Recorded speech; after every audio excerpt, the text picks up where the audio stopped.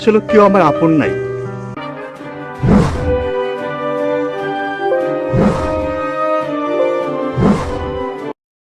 কি কইতাছো ভাবি? খুলো দেখো, ভাইয়া আমার জন্য আইফোন লই আইছে। ভাবি, আমার জন্য মনে হয় ভাইয়া হার ছেড়ে আনছে। কে তোর লেগে আনবো কা? হ্যাঁ শোন, তোর ভাইয়া আমার লিগে গয়না গাড়ি কাপড় চোপড় সবকিছু নিয়ে আইছে। চুপ, একদম চুপ। তোর ওই মুখে আমাকে আর ভাইয়া বলে রাখবি না। তুই ভাইয়া নামের কলঙ্ক, আর তুমি আমার সহধর্মিনী। এই তার প্রমাণ। আমার বোঝা হয়ে গেছে, এই দেশে আসলে কেউ আমার আপন নাই।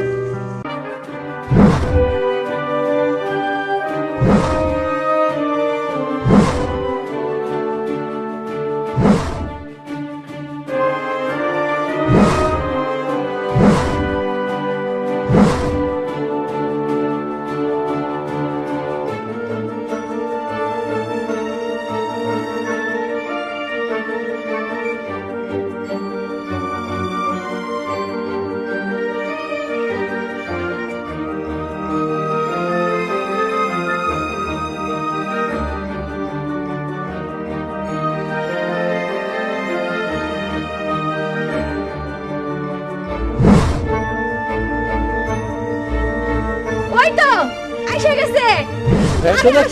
এই আয় আয় আয়।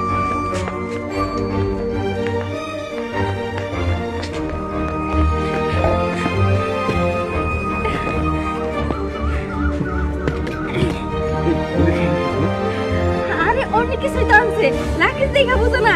কি কইতাছো ভাবি? খুলো দেখো, ভাইয়া আমার জন্য আইফোন লই আইছে। ভাবি, আমার জন্য মনে হয় ভাইয়া হার ছেড়ে আনছে। কে তোর লেগে আনবো কা? হ্যাঁ শোন, তোর ভাইয়া আমার লিগে গয়না গাড়ি কাপড় চোপড় সবকিছু নিয়ে আইছে। আমার বাপের বাড়ির লোকজন বলে নিয়ে আইছে। শোন, তোর বলে আমি আনতে না করে দিছি। এ কি বলো? আমার তো আইফোন আনার কথা ছিল। এই আইফোন করস কে? আইফোন দিয়া কি হইব? হ্যাঁ দুদিন পর নষ্ট হয়ে যাবে, চুরে লয়ে যাবে। এত আইফোন লাগবে না। এই যে লাকিজের মধ্যে আমার মনে হয় কি তোর ভাই মরার আগে আমার লেগে মোটা দেখা স্বর্ণের চেন, ওই যে সাদা চেন পাওয়া যায় না বিদেশে, ওই সাদা চেন আনছে বুঝছস। আর আমার বোনের লেগে দামি দামি কাপড় চোপড় আনতে কইছিলাম বিদেশি, ওই কাপড় চোপড় এই লাকিজের মধ্যে বসছে। বুঝতে পারছি, তোমার লেগে সব লই আইছে, আর আমি আমার বোন ওদের লেগে কিছু লই আসে নাই। তোমার বোন, তোমার মা, তোমার বাবা সবার লেগে লাগেজ ভরে লই আইছে। কে আমরা কি কেউ না? তোরা কে? তুই বিয়ে করবি, তোর বউ হইবে, পর হইয়া যাবি, শেষ। তোর বোনের বিয়ে দেবো, শ্বশুর বাড়ি যাবে, পর হইয়া যাইবে, শেষ। ভাই কইছে বিদেশ থেকে আমার জন্য কসমেটিক আনবো, বড় বড় কানের দুল আনবো, আর তুমি সবকিছু তোমার বোনের জন্য তোমার বাপের বাড়ি নিয়ে যেতে চাইতেছো। সান্ত্বনা দিছে তোর ভাই, তোর সান্ত্বনা দিছে। মরবে হে আগেই বুঝছিল যে হে মরে যাইবো, এই জন্য তুই ছোট বোন তোর সান্ত্বনা দেওয়া লাগবে না, এই জন্য সান্ত্বনা দিয়া হে মরে গেছে। শোনো ভাবি, তুমি শোনো তো, আমার ফোনটা আমার বের করতে দাও। এই শোন, কি এই লাকি আমার, আমি ঘরে লয়ে যাই। এই শোনো, ভাবি শোনো, এই শোনো, এরপরে আমার জন্য বিদেশ কসমেটিক এই খাবার খাবি শোন। এই লাগেজ স্যার, তুমি লাগেজ স্যার। আমার স্বামী লাকি আমি দেবো স্যার। এর মধ্যে আমার আইফোন আছে। এই কি আর আইফোন আইফোন নাই sir. Luggage sir, lucky sir কইতাছি তুমি স্যার লাগেজ। না লাকি স্যার আমার ভাই আমার জন্য ফোন নিয়ে এসে আমি নিব না। আপনারা ঝরকা টরকা করেন না, লাশ নামান, আমার ভাড়াটা জানান চাই।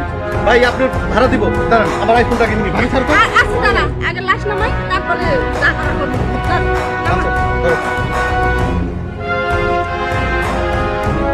দাঁড়ান, আগে আপনার স্বামী ঋণ পরিশোধ করুন। ঋণ মানে কিসের ঋণ? আপনার স্বামী বিদেশের মাটিতে মারা গিয়েছে, তাকে এখানে আনার জন্য আমার অনেক টাকা খরচ হয়েছে।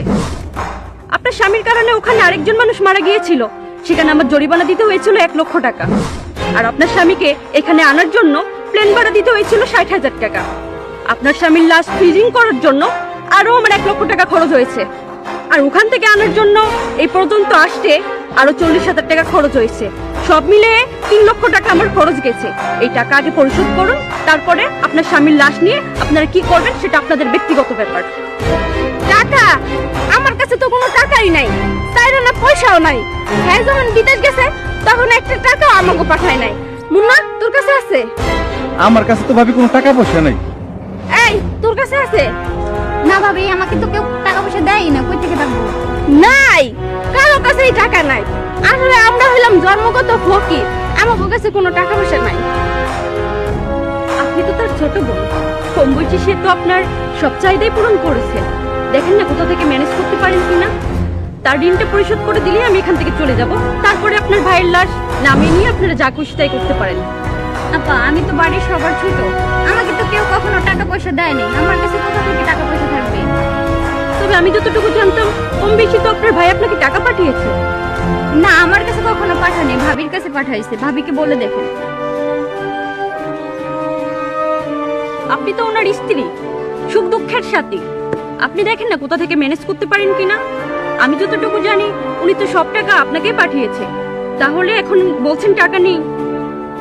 আসলে আমার কাছে পাঠাইছে এটা সত্য, কিন্তু সংসারের কত খরচ খরচ সে মনে করেন চালাইতে চালাইতে, এই যে আপনি আমরা একটা ভাই কোনো কাজ কাম করে না, এই যে বোন আমার মাথার উপরে বয়ে বয়ে খায়, এইগুলো খরচ চালাইতে চালাইতে সব টাকা শেষ হয়ে গেছে।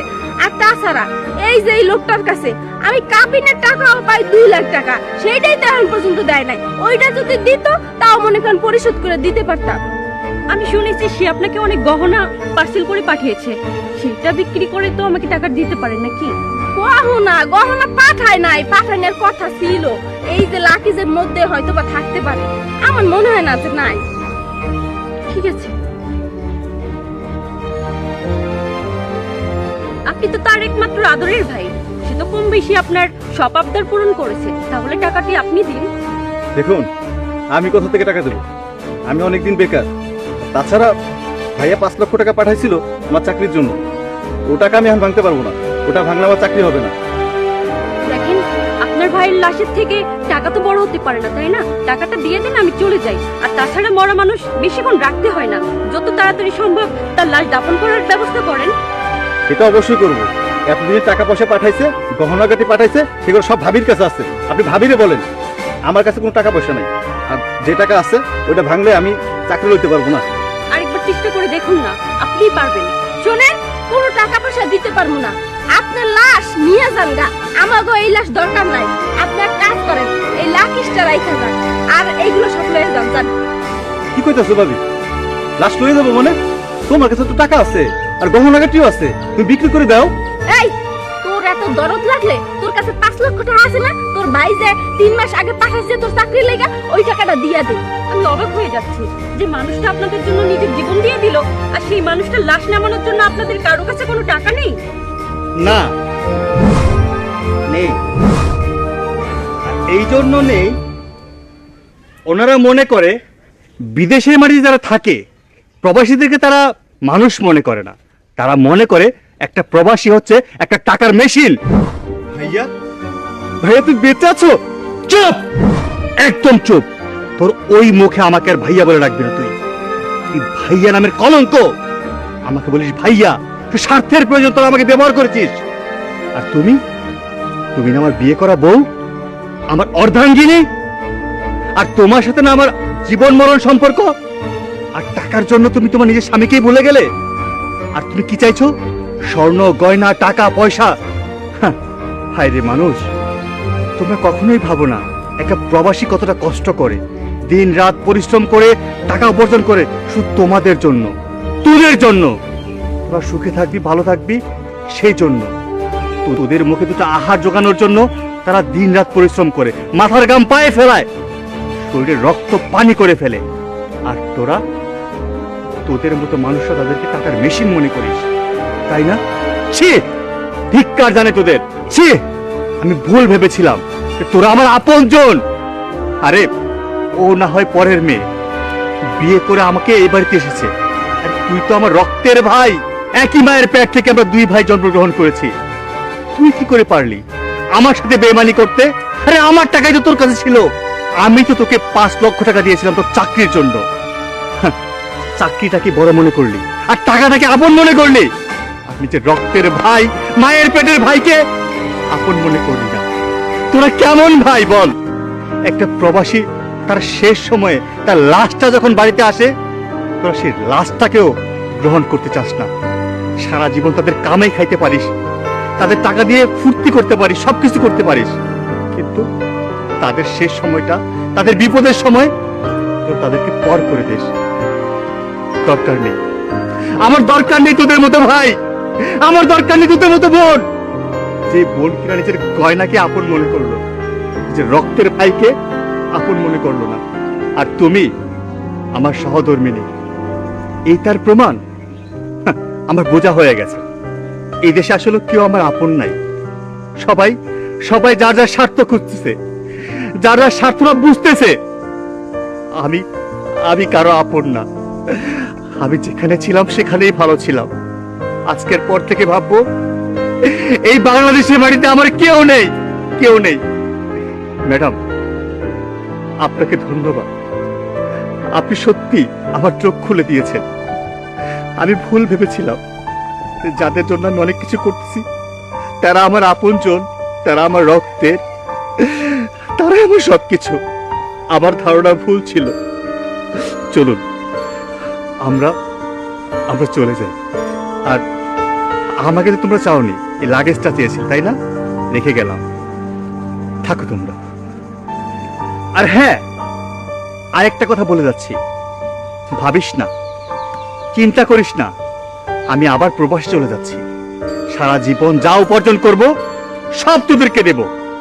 তোরা যত পারিস ইচ্ছে মতো চলিস, কিন্তু আমার মুখটা তোরা দেখতে পাবি। শুনো